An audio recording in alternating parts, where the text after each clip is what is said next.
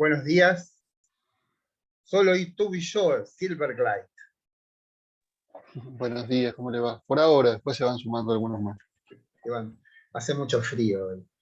Hay que tener Es cierto, es cierto. 4 Tal grados. cual. Sí. Sí. Yo tengo que salir un ratito a llevar a mi hijo al colegio, pero vos sigo escuchando la clase desde el auto. Bien, bravo. Sí, no sé qué es lo que, si soy yo, si es la hora, si es la filosofía, pero de Puede 37, ser el horario, quizás si tiene clases en otros horarios. igual las clases quedan, están subidas todas, no queda ninguna. Ah, A mí aparece me ha pasado que Carolina. las Buen día, clases... Carolina.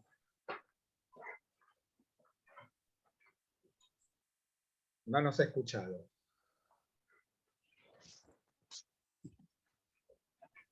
Silverglide, vos vas a filosofía, ¿no? Sí, Bien, y Carolina esa es la también. idea. Carolina No creo lo que sé, creo que también. sí. Sí, también. Bien. ¿Vos tenés otra carrera, Fernando, o no? Yo soy abogado, sí. Ah, Ya me recibí hace muchos años. hay un antecedente ilustre, abogado, filósofo, que se llama Jorge Luis Rollero, Ah, que sí, sí, se dedica a la filosofía francesa actual, tiene un libro buenísimo sobre Marion. Marion es uno de lo que se llama el giro teológico de la filosofía francesa, que Michel Henry. Michel Henry murió en el 2002, creo. Y Jean-Luc Marion vive. Ajá. Tiene un libro muy Bueno. extraordinario que se llama Siendo Dado. Que es digamos, una resolución inesperada de la fenomenología contra no hay nada, contra Husserl y Heidegger. Hay una doble alienación en ellos dos, que no sé, obviamente siempre es uno más perspicaz que otro, ¿no? Bueno, Claro, son pero esos textos que dan miedo de entrada. Uno siente que tiene que tener muchos conocimientos previos para poder encararlo, pero bueno, qué sé yo, vamos a probar. bueno, sí. Como dicen los chinos, el más largo camino comienza por el primer paso. Sí. Ok. Se llama, espera que te digo cómo se llama el libro. Ah. Hermenéutica del amor, es el de Rollero. La hermenéutica del amor. Sí. Bueno, lo voy a tener en cuenta. Está muy bueno el Lo libro. sumo a la lista. Lo sumo a la lista. Pero ese no sé si lo vas a poder encontrar en PDF. No, ya me pasó que algunos de los que me dijo busqué y no lo encontré. Pero bueno, busco igual, lo intento. Lo que hay que hacer es poner el nombre del autor y las referencias de él y poner type file PDF. Bueno, Y voy a ahí probar. si está, lo bajas así.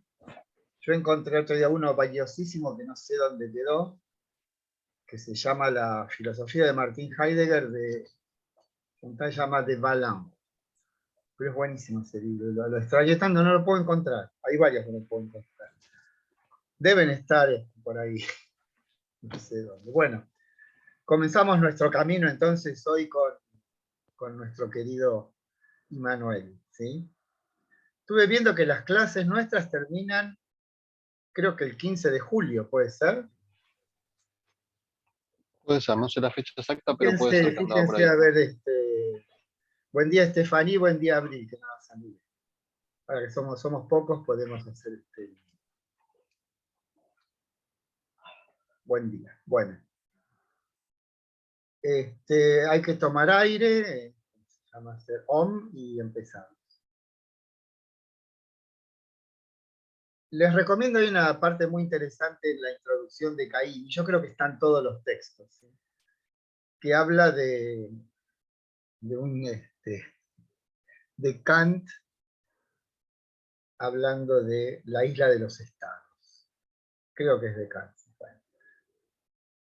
A lo que voy es, ¿dónde nació? Nació en una ciudad que hoy se llama Kaliningrado, y que en aquella época se llamaba Königsberg, y que pertenecía a la llamada Prusia Oriental. Hoy, con nombre cambiado y con personas cambiadas, o sea, después de en la Segunda Guerra Mundial, Königsberg quedó reducida a cenizas prácticamente, ¿no? La famosa Operación Bagration del ejército soviético no dejó piedra sobre piedra. Y además hubo es un hecho no muy conocido, una expulsión masiva de alemanes de todos los países bálticos, ¿no? Y esa es la zona cercana a los países bálticos.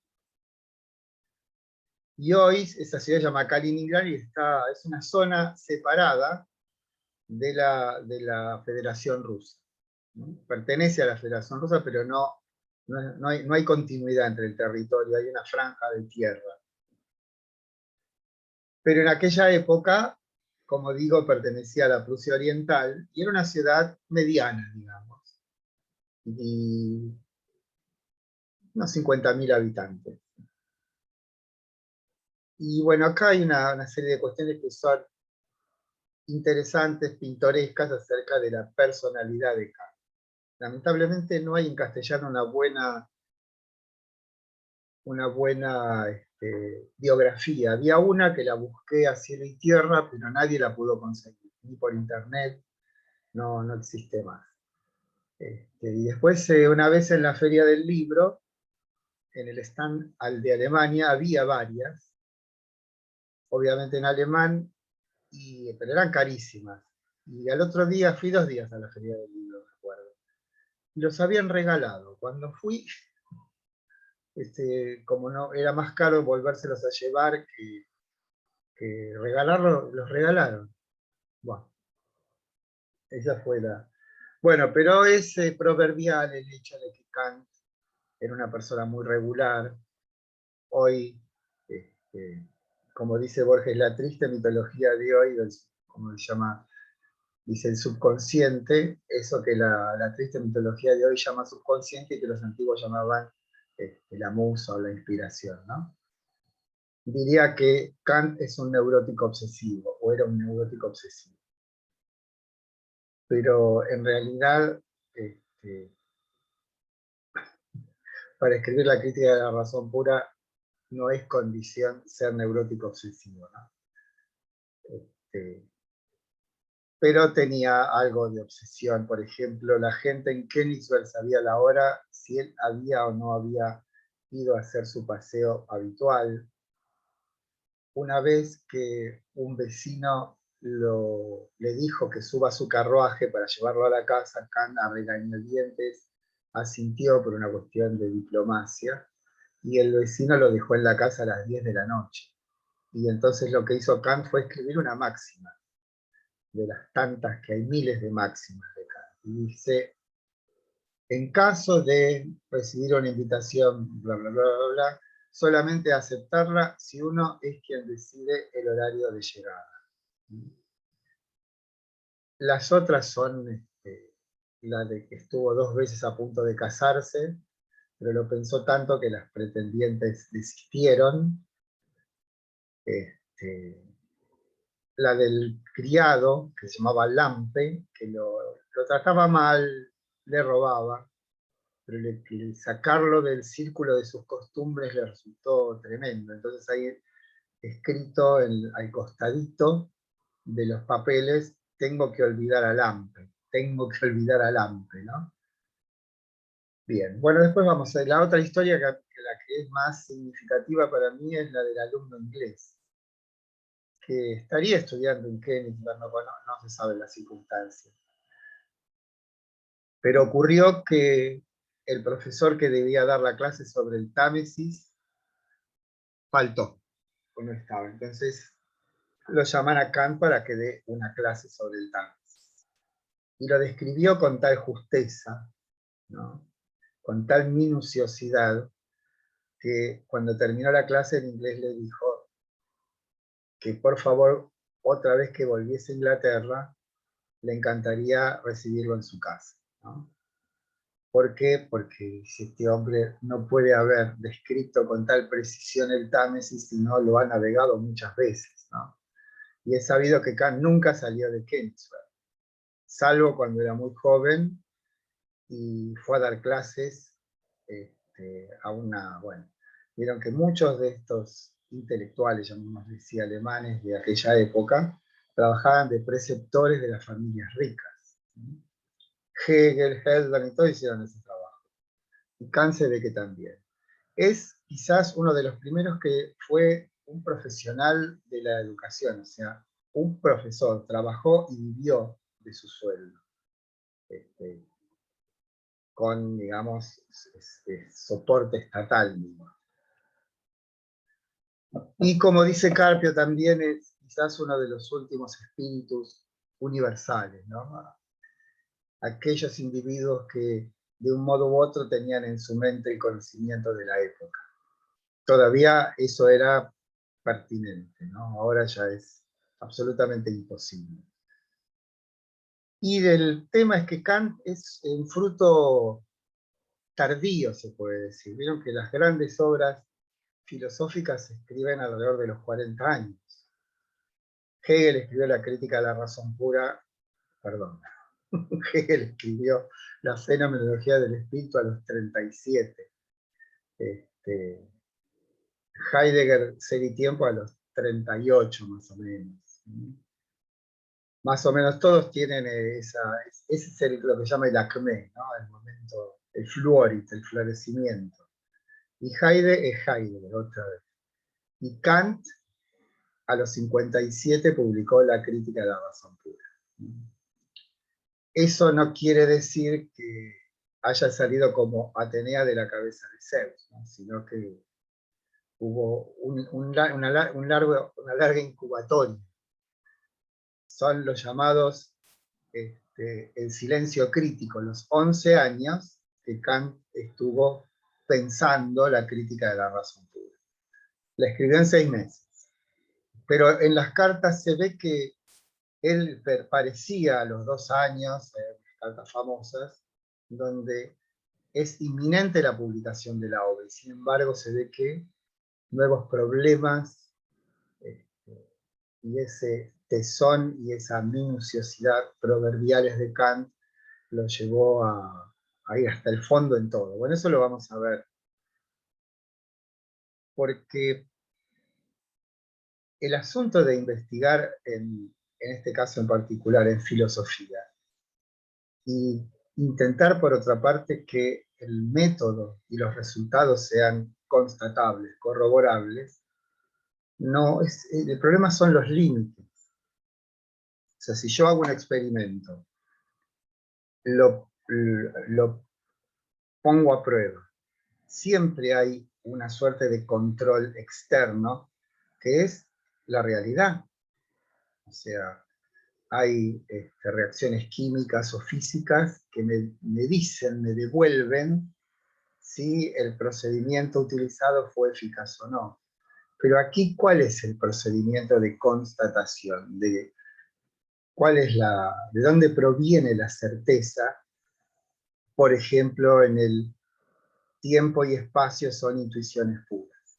Todo está obviamente construido sobre bases firmes, entre comillas, ¿no? En el caso de Kant. ¿Qué quiero decir? Que los procedimientos, las corroboraciones, las constataciones son coherentes, pero de un modo u otro no hay la posibilidad de un cotejo objetivo, una constatación objetiva. Y es por eso seguramente que Kant tardó tanto tiempo, por la enorme cantidad de trabajo que tiene metida dentro de esa obra, ¿no? De todas maneras, 7 años después, publica una segunda edición. Si ustedes ven, entre paréntesis, si van a comprarlo, o sea, seguramente durante la carrera los que estudian filosofía la van a tener que leer completa, que es lo que nos pasó a todos, pero no en una sola materia. Es la edición del Fondo de Cultura Económica bilingüe, traducida por Mario Caín. Y van a ver ahí, tanto en esa como en todas las buenas, que las dos ediciones de la crítica están juntas. A y B. O sea, van a ver el parágrafo tal, A y después el B. Hay algunos, como Heidegger, que prefieren la primera edición. Bueno, todo eso es muy controvertido.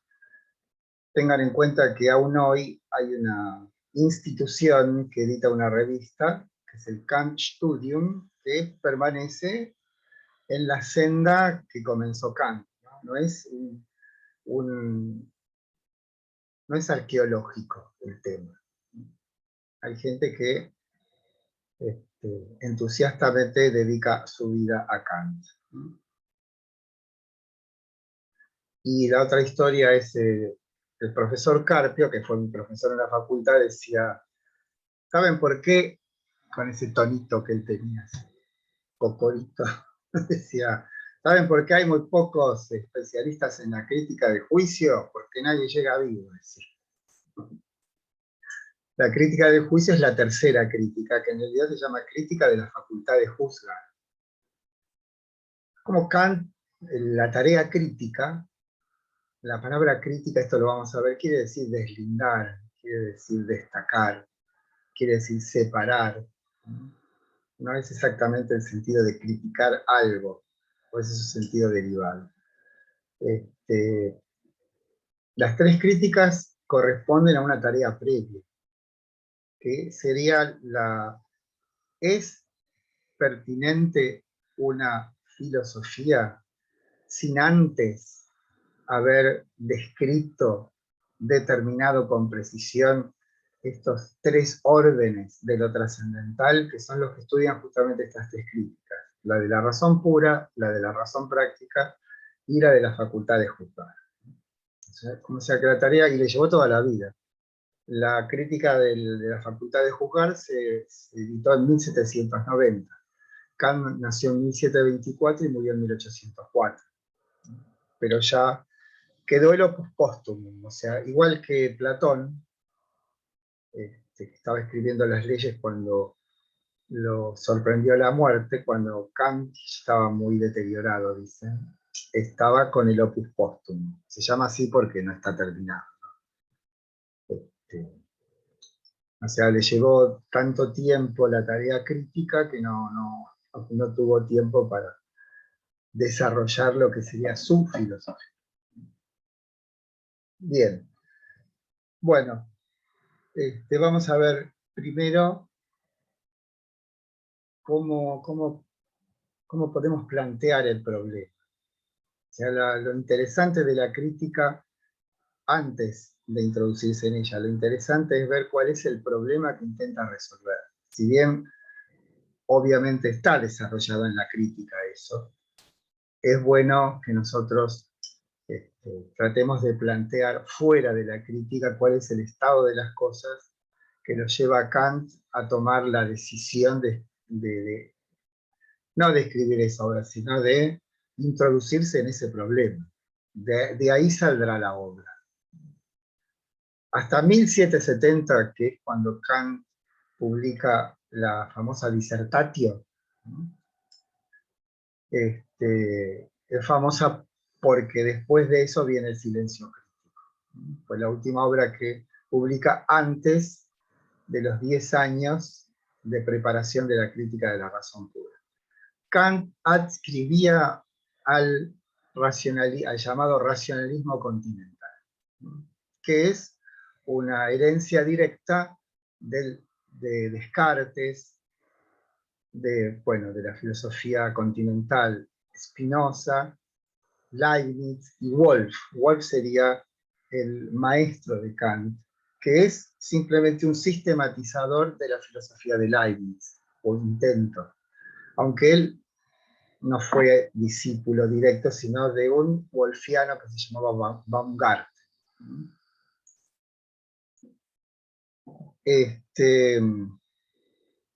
Se dice que cuando Kant lee a Hume es un filósofo inglés nacido en Escocia, el famoso empirismo, que Hume lo despertó de su sueño dogmático.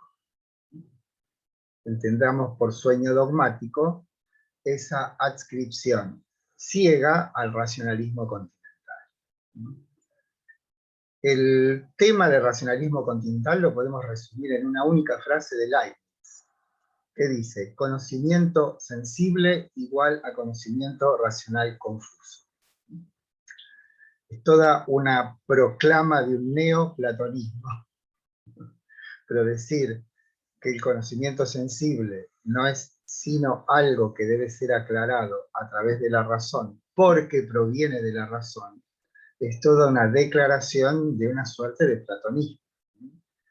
No hay nada en la experiencia que pueda aportar un dato nuevo en comparación con lo que ya tiene como dotación la razón. Y del otro lado tenemos a los empiristas que dicen que la única fuente de conocimiento posible es la experiencia. Entonces, volvemos otra vez a aquella frase aristotélica que decía: todo lo que está en la mente estuvo primero en los sentidos. La diferencia con Aristóteles es que Aristóteles cuenta con una instancia trascendental llamada intelecto agente, que, como recordarán, es aquella que es capaz de distinguir en la experiencia externa aquello esencial.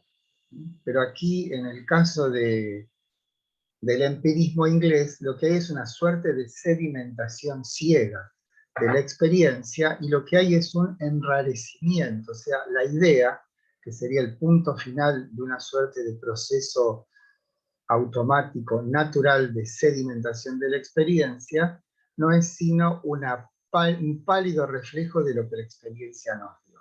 Es una inversión perfecta del platonismo. Aquello que dicen las ideas no es sino un vago, difuso, lejano reflejo de aquello que de un modo vivaz fueron capaces de otorgarnos los sentidos. Y del otro lado lo que tenemos es una presunción de la existencia en nosotros de una dotación de nociones conceptuales puras. Acostumbrémonos ya a puro no como una prescriptiva moral, sino como algo independiente de la experiencia. Entonces, el racionalismo conjetura la existencia en nosotros de un cuerpo de nociones conceptuales puras que contienen en sí la matriz de toda realidad posible. Bueno, ustedes ya no voy a insistir con que es una suerte de platonismo remozado, ¿no? O sea, sin mitos. Y digamos, el fundamento para semejante convicción es la eficacia del conocimiento matemático. Si ya Descartes, ¿se acuerdan que decíamos la clase pasada? Por la evidencia de sus demostraciones y la contundencia de sus resultados, todas las ciencias debieran asimilarse a la matemática. Y el procedimiento matemático sería el camino regio hacia el conocimiento de todas las cosas. Vamos a ver qué pasa o qué les pasa, qué pasa con Kant, el conocimiento matemático y la metafísica. Kant llamará metafísica a una disciplina que tiene dos partes, la ontología general y la ontología especial, que es como si fuese la plasmación de ese pensamiento racionalista. Ahora, si bien es cierto lo que dice Kant acerca de su lectura de Hume, lo que en realidad provocó el cataclismo, no tanto en Kant, sino en esas dos metafísicas paralelas, originarias e irreductibles del empirismo y el racionalismo, fue la aparición de la física de Newton. ¿Por qué la física de Newton implicó semejante desestabilización? Porque es una ciencia que en sí contiene contenidos sensibles, pero sus formulaciones son universales y necesarias, lo cual es, para el pensamiento de la época, un cuadrado redondo. ¿Por qué? Porque lo sensible, como ya sabemos, nos da siempre fragmentos de las cosas. con el conocimiento sensible podemos aspirar a... voy a poner más en cámara, a ver cómo estoy ahí. Podemos aspirar a generalidades, pero nunca a lo universal. Nunca podemos, si partimos de la convicción de que el único conocimiento posible es aquel que aportan los sentidos, a establecer una legalidad universal, en principio porque nunca podremos saber si efectivamente hemos recolectado todos los datos necesarios para decir, bien, aquí estamos frente a algo universal, un conocimiento universal, porque estamos absolutamente seguros de haber hecho las verificaciones, las constataciones y la recolección de datos. Por eso el conocimiento sensible nunca nos va a dar la garantía de algo universal. Por otro lado, los racionalistas ven como un absurdo que algo proveniente de la experiencia pueda ser elevado a ley universal. ¿Por qué? Porque la única garantía de la universalidad lo da la razón y sus contenidos. Entonces, el esfuerzo será de ambas corrientes de asimilar el hecho absolutamente irrefutable de la física de Newton, llevarlo a su propio campo, podemos decir. Pero eso es manifiestamente un fracaso. Esto es, nunca podemos acceder a un conocimiento universal si partimos del fundamento de que el conocimiento sensible es la única fuente genuina de conocimiento. Jamás. Y por otra parte, está claramente constatado que la física de Newton no siguió un procedimiento matemático. No es que Newton dedujo la ley de la gravitación universal. Está, digamos, no lo amparan los hechos, ¿no? Más allá del episodio de la manzana, hay un contenido sensible que no podemos descubrirlo en la razón, ¿no? Después vamos a ver ejemplos concretos de eso.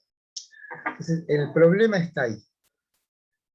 Pero para poder circunscribirlo con mayor precisión, hay que partir de algo que Aristóteles enseñó y que sigue vigente aún hoy, que es el principio, podemos decir, que la verdad reside en la proposición. Si bien Aristóteles no lo dijo en ese sentido, ¿no? Fue tomado así. O sea, ¿dónde encontramos la ciencia? En las leyes de la ciencia. ¿Qué son las leyes de la ciencia? Proposiciones, juicios o leyes. Acá es indiferente. Kant utilizará la palabra juicios. O sea, por más que nosotros intentemos los caminos que sean, siempre llegaremos a que para poder afirmar algo como verdadero, tenemos que recurrir a una proposición. Y una proposición es inexorablemente una estructura que tiene un sujeto y un predicado. Y de ahí, lamentablemente, no podemos salir. Los intentos, no sé si, yo creo que les recomendé la lectura de Clon Bar Orbis Tertius. ¿Lo leyeron? Donde, inspirados en Hume, inspirado en Hume, Borges habla de una lengua conjetural, obviamente, compuesta de adjetivos y verbos impersonales, ¿no? Entonces, para decir luna tenían que decir. Eso es inspiración humeana. O sea, para Hume, como no existen nociones independientes de la experiencia, y la experiencia es la única fuente, y la sedimentación de la experiencia tiene como esa suerte de frutos, como la idea de sustancia, ¿no? Pero todo reductible a la experiencia. O sea, los efectos están en las causas, en otros términos. Y los juicios, por lo menos hasta Kant, estaban claramente distinguidos en dos, o eran juicios analíticos o juicios sintéticos. Un juicio es analítico cuando el predicado ya está en el sujeto. El ejemplo más trivial es: el triángulo es una figura de tres lados. Esto es, nuestro espíritu no ha tenido que ir más allá de la atenta inspección del concepto de triángulo para determinar esa formulación. Ahora bien, los juicios analíticos son siempre verdaderos. Verdadero de hoy en más quiere decir universal y necesario. Universal quiere decir que se cumple siempre. Y necesario quiere decir que no puede ser de otra manera. Entonces, si hacemos la prueba con el triángulo es una figura de tres lados, vemos con claridad que no hay triángulo que no se someta a esa ley.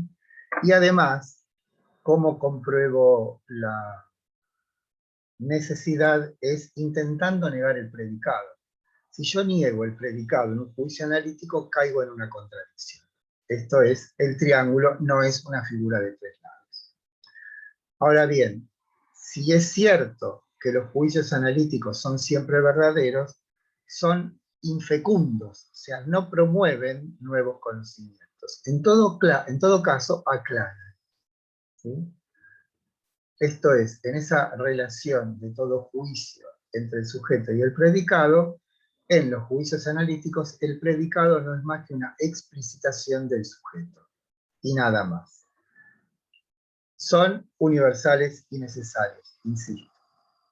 Los otros se llaman juicios sintéticos. La palabra síntesis, saben, quiere decir composición, ¿no? Sun en griego es con, y tesis es colocar o poner algo. O sea, son aquellos que componen. ¿Qué es lo que componen? Un sujeto, obviamente con un predicado, pero la novedad es que el predicado no pertenece al concepto sujeto. O sea, no pertenece al sustantivo que oficia de núcleo del sujeto. Por ejemplo, la pared marrón, o la pared es blanca, o cualquier cosa de esas. ¿Por qué? Porque puedo negar el predicado sin caer en una contradicción. ¿Por qué? Porque ese predicado no está. O sea, el marrón no está dentro del concepto pared o puerta o lo que fuere. Esto es, son aquellos juicios que claramente provienen de la experiencia. En la experiencia se nos dan cosas que no necesariamente pertenezcan al sujeto del caso, ¿no? Del que fuere. Entonces, si la física de Newton, según los empiristas, que no admiten otra fuente que la experiencia, la física de Newton, digo, sería un juicio sintético. Pero el problema es que eso habría equivalido a que Don Newton hubiese recolectado todos los movimientos en el universo que hubieron, que son y que serán, cosa manifiestamente imposible. Por lo tanto, hay ahí un problema que tiene el empirismo de que no puede explicar ese hecho que es la física de Newton.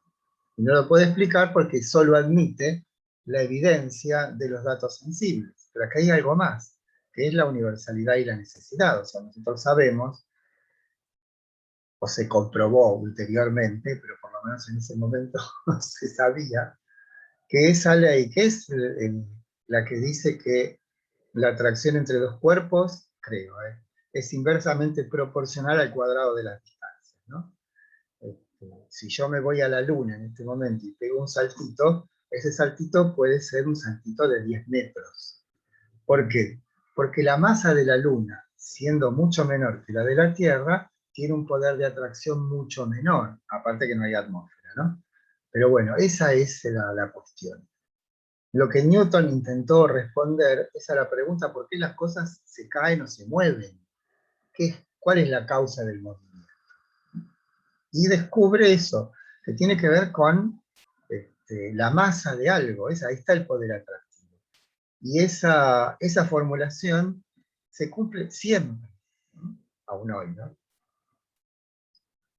Y el otro intento, que sería el del racionalismo de decir que la física de Newton o la ley de la gravitación universal es un juicio analítico, fracasa porque eso habría equivalido a suponer que el universo todo de la física estaría providencialmente en la mente de Newton y él hubiese, a partir de un determinado principio y siguiendo un riguroso procedimiento matemático, esto es una deducción, habría formulado la ley de la gravitación universal. Eso es, además, manifiestamente falso, porque no fue ese el camino. O sea, en los hechos no fue el camino. Pero por otra parte, el mentis de esa propuesta, es decir, ¿será entonces que la física como tal, porque si no, podemos decir, bueno, ¿y por qué la ley de la gravitación universal no la descubrió Aristarco de Samos, o quien fuere? Porque como que es ahistórica esa propuesta. Recuerden eso que decía Barnett, o mejor dicho, Bernard de Barnett, que decía que la razón era un viajero sin equipaje, ¿no? Estaba todo, llevaba todo en sí. Bueno, acá tienen una reformulación de eso. O sea, querer afirmar o pretender afirmar que la ley de la gravitación universal es un producto puro de la razón, implica el hecho de que el procedimiento que descubrió esa ley habría sido una deducción matemática, y lo cual implicaría que la física como tal estaría ya impresa, y yo le agrego providencialmente, en la mente de Newton por un mandato, vaya a saber de quién, ¿no? Bueno, ese es, ¿me siguen más o menos? Se fueron todos. Sí, sí. ¿Ah? Ese sería el problema. Ahí está, el problema es que el pensamiento filosófico de la época encuentra un límite muy preciso y por otra parte muestra su ineptitud para resolver un problema, ¿no? Entonces ahí es donde aparece Kant. Eso es lo que precipita de alguna manera el plan, podemos decir, que conduzca a la crítica de la razón pura.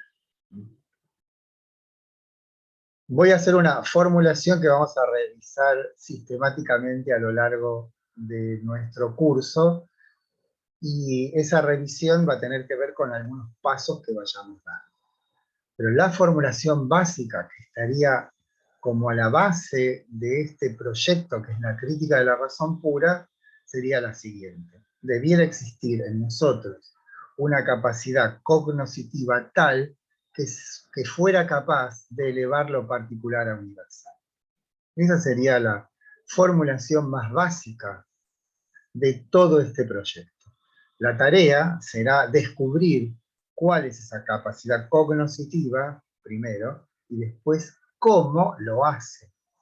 Porque acá hay una suerte de ejemplo por parte de Kant para cualquier tarea que uno intente llevar a cabo.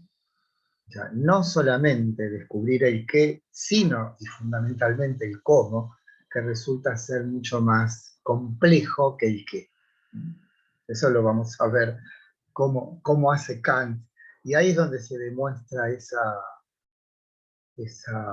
como, no sé cómo llamarlo, ¿no? Pero esa persistencia y esa tenacidad en la búsqueda de algo sólido, de algo firme, en un terreno, como decíamos antes, que no admite la posibilidad de corroboraciones experimentales.